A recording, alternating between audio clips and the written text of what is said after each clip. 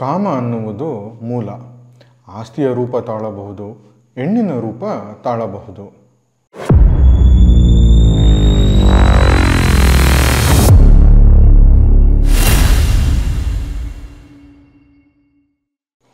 ನಮಸ್ಕಾರ, 64 ಚಾನೆಲ್ಗೆ ಸ್ವಾಗತ. ನಾನು ಚಂದನ್. ಭೈರಪ್ಪ ಅವರು ಒಂದು ಇಂಟರ್ವ್ಯೂಯಲ್ಲಿ ಕಾಮದ ಬಗ್ಗೆ ಈ ರೀತಿ ಹೇಳ್ತಾರೆ. ಕಾಮ ಅನ್ನುವಂಥದ್ದು concentrated form of ego. It's a real analysis of human nature and human moral principles revolve around lust ಅಂತ. ನಾವು ಪರಿಚಯ ಮಾಡ್ತಾ ಇರೋ ಇವತ್ತಿನ ಪುಸ್ತಕದಲ್ಲೂ ಕೂಡ ಇದೇ ಥರದ್ದು ಒಂದು ಸೆಂಟೆನ್ಸ್ ಇದೆ. ಕಾಮ ಅನ್ನುವುದು ಮೂಲ. ಆಸ್ತಿಯ ರೂಪ ತಾಳಬಹುದು, ಹೆಣ್ಣಿನ ರೂಪ ತಾಳಬಹುದು. ಒಂದು ಇನ್ನೊಂದಕ್ಕೆ ಪೂರಕ. ಈ ಸಾಲು ಈಗಿನ ಸಮಾಜಕ್ಕೆ ಹೆಚ್ಚು ಪೂರಕ. ಈ ಪುಸ್ತಕ ಓದ್ತಾ ಓದ್ತಾ ನಮ್ಮ ಮನಸ್ಸಾಕ್ಷಿ ಕಲ್ಕಿ ನಮ್ಮ ಆತ್ಮಾವಲೋಕನ ಮಾಡ್ಕೊಳ್ಳೋ ಹಂಗೆ ಪ್ರೇರೇಪಿಸುತ್ತೆ. ಇದು ಭೈರಪ್ಪ ಅವರಿಂದ ಮಾತ್ರ ಸಾಧ್ಯ ಆಗೋದು. ನಾವು ಓದಿದ ವಿಭಾಗದಲ್ಲಿ ಇವತ್ತು ನಾವು ಪರಿಚಯ ಮಾಡ್ಕೋತಾ ಇರೋ ಪುಸ್ತಕ ಸಾಕ್ಷಿ. ಲೇಖಕರು ಎಸ್.ಎಲ್. ಭೈರಪ್ಪ. ಪ್ರಕಾಶಕರು ಸಾಹಿತ್ಯ ಭಂಡಾರ. ಪುಟಗಳು 324. ಬೆಲೆ 305 ರೂಪಾಯಿ. Genre fiction. ತನ್ನ ಅಳಿಯ ಮಂಜಯ್ಯ ಮಾಡಿದ ಕೊಲೆ ಕೇಸ್ನಲ್ಲಿ ಸುಳ್ಳು ಸಾಕ್ಷಿ ಹೇಳೋ ಪರಮೇಶ್ವರಯ್ಯ ಅದೇ ಗಿಲ್ಟಿಂದ ಆತ್ಮಹತ್ಯೆ ಮಾಡ್ಕೋತಾರೆ. ಹೀಗೆ ಆತ್ಮಹತ್ಯೆ ಮಾಡಿಕೊಂಡ್ಮೇಲೆ ಅವರ ಆತ್ಮ ಸೀದಾ ಯಮನ ಹತ್ರ ಹೋಗುತ್ತೆ.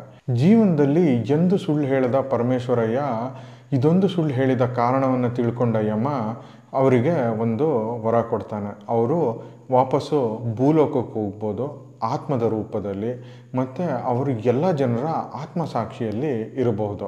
ಅವರ ಮನಸ್ಸಲ್ಲಿ ಏನು ನಡೀತಾ ಇದೆ ಅನ್ನೋದು ತಿಳ್ಕೊಬೋದು. ಆದರೆ ಅವರು ತಗೊಳ್ಳೋ ಡಿಸಿಷನ್ನ ಚೇಂಜ್ ಮಾಡೋ ಅಧಿಕಾರ ಪರಮೇಶ್ವರಯ್ಯಗೆ ಇರೋದಿಲ್ಲ. ಹೀಗೆ ಪರಮೇಶ್ವರಯ್ಯ ಆತ್ಮವಾಗಿ ಭೂಮಿಗೆ ಹೋಗಿ ಅಲ್ಲಿ ನಡೆಯೋ ಘಟನೆಗಳನ್ನ ಅನಲೈಸ್ ಮಾಡಿ ತಾನು ಆತ್ಮಹತ್ಯೆ ಮಾಡಿಕೊಂಡಿದ್ದು ಸರಿನೋ ತಪ್ಪೋ ಅಂತ ಡಿಸೈಡ್ ಮಾಡಲಿ ಅನ್ನೋದು ಯಮನ ಆಶಯ.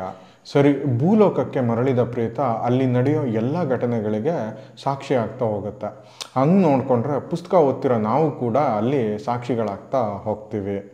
ಈ ಪುಸ್ತಕದಲ್ಲಿ ಬರೋ ಪಾತ್ರಗಳಾದ ಸತ್ಯನಾರಾಯಣ, ಮಂಜಯ್ಯ, ಕಂಚಿ, ಲಕ್ಕು, ಸುಕನ್ಯಾ, ಗಣೇಶ ಹೀಗೆ ಹಲವಾರು ಜನರ ಮನಸ್ಸಿನಲ್ಲಿ ಏನು ನಡೀತಾ ಇದೆ ಅನ್ನೋದೇ ಕಥೆಯಾಗಿ ರೂಪುಗೊಂಡಿದೆ. ಮಂಜಯ್ಯ ಆಧುನಿಕ ಲೋಕದ ಕ್ಯಾಸನೋವ. ಹೆಂಗಸರ ಬೇಟೆಯಲ್ಲಿ ಎತ್ತಿದ ಕೈ. ಇಂಥವನು ಕಾಯಿ ಕಳ್ಳ ಕಂಚಿಯ ಕೊಲೆ ಮಾಡ್ತಾನೆ. ಈತ ಪರಮೇಶ್ವರಯ್ಯನ ಕೊನೆ ಮಗಳು ಸಾವಿತ್ರಿಯ ಗಂಡ. ತಾವು ಸುಳ್ಳು ಸಾಕ್ಷಿ ಹೇಳಿದ್ರೆ ನಾನು ಶಿಕ್ಷೆಯಿಂದ ಪಾರಾಗ್ಬೋದು, ನಿಮ್ಮ ಮಗಳ ಜೊತೆ ಜೀವನ ಚೆನ್ನಾಗಿ ಮಾಡ್ತೀನಿ ಅಂತ ಮಂಜಯ್ಯ ಹೇಳ್ತಾನೆ. ಸೊ ಪರಮೇಶ್ವರಯ್ಯ ಅವರು ಸಾಕ್ಷಿ ಹೇಳ್ತಾರೆ. ಬಟ್ ಅದೇ ಗಿಲ್ಟಿಂದ ಅವರು ಆತ್ಮಹತ್ಯೆ ಮಾಡ್ಕೋತಾರೆ. ಸೊ ವಾಪಸ್ಸು ಭೂಲೋಕಕ್ಕೆ ಬಂದು ಇಲ್ಲಿ ಎಲ್ಲ ಜನರ ಆತ್ಮಸಾಕ್ಷಿಯಲ್ಲಿ ಏನು ನಡೆಯುತ್ತೆ ಅಂತ ತಿಳ್ಕೊತಾ ಹೋಗ್ತಾರೆ. ಆ ಪ್ರೇತ ಪ್ರತಿಯೊಬ್ಬರ ಜೀವನದಲ್ಲಿ ನಡೆಯೋ ಘಟನೆಗಳು, ಪಾಪ ಕಾರ್ಯಗಳು, ಪುಣ್ಯ ಕಾರ್ಯಗಳು ಮತ್ತು ಗುಣಗಳನ್ನ ನಮ್ಮ ಮುಂದೆ ಬಿಚ್ಚಿಡ್ತಾ ಹೋಗುತ್ತೆ. ಇದರ ಎಂಡಿಂಗ್ ಕೂಡ ಸಖತ್ತಾಗಿದೆ. ಒಂದು ಸಸ್ಪೆನ್ಸ್ ಇದೆ. ಓದಿದ್ರೆ ನಿಮಗೆ ಡೆಫಿನೆಟ್ ಆಗಿ ಮಜಾ ಬರುತ್ತೆ. ತುಂಬ ಇಂಟೆನ್ಸ್ ಆಗಿ ಓದಿಸ್ಕೊಂಡು ಹೋಗೋ ಈ ಪುಸ್ತಕ ಭೈರಪ್ಪ ಅವರ ಮಾಸ್ಟರ್ ಪೀಸ್ಗಳಲ್ಲಿ ಒಂದು. ಇದು ಅವರ one of the favourite book ಕೂಡ ಹೌದು. ಪುಸ್ತಕ ಓದ್ತಾ ಓದ್ತಾ ನಾವು ನಮ್ಮ ಜೀವನ ಮತ್ತು ಮನಸ್ಸನ್ನು ವಿಮರ್ಶೆ ಮಾಡ್ಕೋಬೇಕು ಅಂತ ಪ್ರೇರೇಪಿಸೋ ಶಕ್ತಿ ಈ ಪುಸ್ತಕಕ್ಕಿದೆ. ಪರಮೇಶ್ವರಯ್ಯ ಅವರು ಈ ಪುಸ್ತಕದಲ್ಲಿ ಒಂದು ಮಾತು ಹೇಳ್ತಾರೆ. ನಾನು ಅಂಜಿರುವುದು ನಾನು ಸುಳ್ಳು ಹೇಳಿದೆ ಎಂಬ ಜನಾಭಿಪ್ರಾಯಕ್ಕೋ ಅಥವಾ ನನ್ನ ಆತ್ಮಸಾಕ್ಷಿಗೋ ಅಂತ. ಅಂದರೆ ನಾವು ಮಾಡೋ ಪ್ರತಿಯೊಂದು ಕೆಲಸ ನಮ್ಮ ಆತ್ಮಸಾಕ್ಷಿಗೆ ಸರಿ ಇದ್ದರೆ ಸಾಕಾ, ಇಲ್ಲ ಬೇರೆ 4 ಜನಕ್ಕೂ ಸರಿ ಅನ್ನಿಸ್ಬೇಕಾ? ಇದು ಫುಡ್ ಫಾರ್ ಥಾಟ್ ಅಲ್ವಾ? ಈ ಪುಸ್ತಕದಲ್ಲಿ ಹಲವಾರು ಇಂಪ್ರೆಸಿಂಗ್ ಲೈನ್ಸ್ ಅಂತ ಇದ್ದಾವೆ. ಅದರಲ್ಲಿ ಕೆಲವು ಹೀಗಿವೆ. ಮಂಥನ ಮಾಡ್ತಾ ಮಾಡ್ತಾ ಬೆಣ್ಣೆ ತೇಲಿ ಬರೋ ಹಾಗೆ ಮಥನ ಮಾಡ್ತಾ ಮಾಡ್ತಾ ಸತ್ಯ ತೇಲಿ ಬರುತ್ತೆ. ತಾನು ದುಡಿದಿದ್ದು ತಾನು ತಿನ್ನುತ್ತಿದ್ದರೆ ಮನುಷ್ಯನ ಮುಕ್ಕಾಲು ಭಾಗ ಸ್ವಾರ್ಥ ಇಲ್ಲವಾಗುತ್ತದೆ. ಬುಸ್ ಎನ್ನದ ದೇವರಿಗೆ ಬಿಲ್ವಪತ್ರೆಯು ಬೆಲೆ ಕೊಡುವುದಿಲ್ಲ. ನಮ್ಮ ಚಾರಿತ್ರ್ಯವನ್ನು ನಾವು ನಮಗಾಗಿ ಮಾತ್ರವಲ್ಲ, ನಮಗೆ ಸಂಬಂಧಿಸಿದ ಇತರರಿಗಾಗಿ ಕೂಡ ಕಾಪಾಡಿಕೊಳ್ಳಬೇಕು.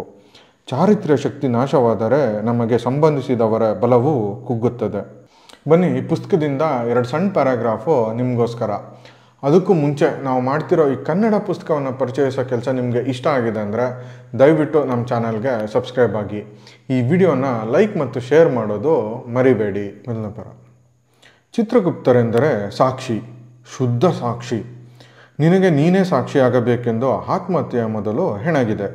ಕೇವಲ ಸಾಕ್ಷಿಯಾಗಿ ಬದುಕಬೇಕೆಂಬ ಕಲ್ಪನೆಯಲ್ಲಿ ಹೆಂಡತಿ ಸತ್ತಾಗಿನಿಂದ ಕ್ರಿಯೆಯ ಅಂಟನ್ನು ತಪ್ಪಿಸಿಕೊಳ್ಳುವ ಜೀವನ ಮಾಡಲು ಪ್ರಯತ್ನಿಸಿದೆ.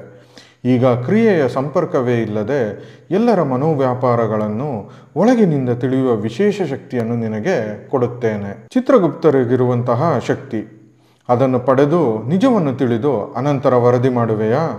ಬೇರಾರಿಗೂ ಲಭಿಸದ ವಿಶೇಷ ಅವಕಾಶ ಇದು. ಯೋಚಿಸಿ ಹೇಳು. ತುಸು ಹೊತ್ತು ಮೌನ ಆವರಿಸಿತು. ಕೊನೆಗೆ ಪ್ರೇತವು ಆಗಲಿ ಎಂದಿತು. ಪ್ರೇತ ಸ್ಥಿತಿಯಲ್ಲಿಯೇ ನಿನ್ನನ್ನು ಮತ್ತೆ ನಿನ್ನ ಪೂರ್ವಲೋಕಕ್ಕೆ ಕಳುಹಿಸುತ್ತೇನೆ. ಅಲ್ಲಿ ಯಾರ ಮನಸ್ಸನ್ನು ಬೇಕಾದರೂ ನೀನು ಪ್ರವೇಶಿಸಬಹುದು. ಏಕಕಾಲದಲ್ಲಿ ಹಲವರ ಮನಸ್ಸನ್ನು ಹೊಕ್ಕು ಕೂತು ನೋಡಬಹುದು. ಆದರೆ ಯಾರ ಮನಸ್ಸು ಭಾವಗಳನ್ನು ಪ್ರಭಾವಿಸುವ ಪರಿವರ್ತಿಸುವ ಶಕ್ತಿ ನಿನಗಿರುವುದಿಲ್ಲ. ಅರಿಯುವುದಷ್ಟೇ ಸಾಕ್ಷಿಯ ಶಕ್ತಿ. ನೀನಿರುವುದು ಅಲ್ಲಿ ಯಾರಿಗೂ ತಿಳಿಯುವುದಿಲ್ಲ. ಆದ್ದರಿಂದ ನಿನಗೆ ಅಂಜಿಕೆ, ಸಂಕೋಚ, ಮುಜುಗರಗಳು ಬೇಡ. ನನ್ನ ಚಿತ್ರಗುಪ್ತರಿಗಿರುವುದು ಇಂಥದೇ ಶಕ್ತಿ. ಆದರೆ ಅವರು ಅಲ್ಲಿಯ ಪಾತ್ರಗಳಿಗೆ ಯಾವ ಸಂಬಂಧವೂ ಇಲ್ಲದವರಾದುದರಿಂದ ಅವರಿಗೆ ಆತ್ಮನಿರೀಕ್ಷಣೆಯ ಹೊಣೆ ಇರುವುದಿಲ್ಲ. ನಿನ್ನನ್ನು ಕಳುಹಿಸುತ್ತಿರುವುದು ನಿನಗೆ ಸಂಬಂಧಿಸಿದ ಪಾತ್ರಗಳ ಮನೋವ್ಯಾಪಾರಗಳನ್ನು ನಿರೀಕ್ಷಿಸಲೆಂದು. ಆದ್ದರಿಂದ ನಿನ್ನಲ್ಲಿ ಆತ್ಮನಿರೀಕ್ಷಣೆ, ತುಲನೆಗಳು ಉಂಟಾದರೆ ಯಾವ ಬಾಧಕವೂ ಇಲ್ಲ. ಕೊನೆಗೆ ಬಂದು ಮತ್ತೆ ನನಗೆ ವರದಿ ಹೇಳುವೆಯಂತೆ. ಈಗ ಹೋಗು. ಧ್ವನಿ ನಿಂತು ಹೋಯಿತು. ನೀವೇನಾದರೂ ಆಲ್ರೆಡಿ ಈ ಪುಸ್ತಕ ಓದಿದ್ರೆ ನಿಮ್ಮ ಅನಿಸಿಕೆನ ಕಮೆಂಟ್ ಮೂಲಕ ತಿಳಿಸೋದು ಮರಿಬೇಡಿ. ಮುಂದಿನ ವಾರ ಹೊಸ ಪುಸ್ತಕದೊಂದಿಗೆ ನಿಮ್ಮ ಮುಂದೆ ಬರ್ತೀವಿ. ಅಲ್ಲಿವರೆಗೂ ಓದಿ ಮರಳಾಗಿ. ವಿಡಿಯೋ ನೋಡಿದ್ದಕ್ಕಾಗಿ ಧನ್ಯವಾದಗಳು. ನಾನು ಚಂದನ್, ಸೈನಿಂಗ್ ಆಫ್.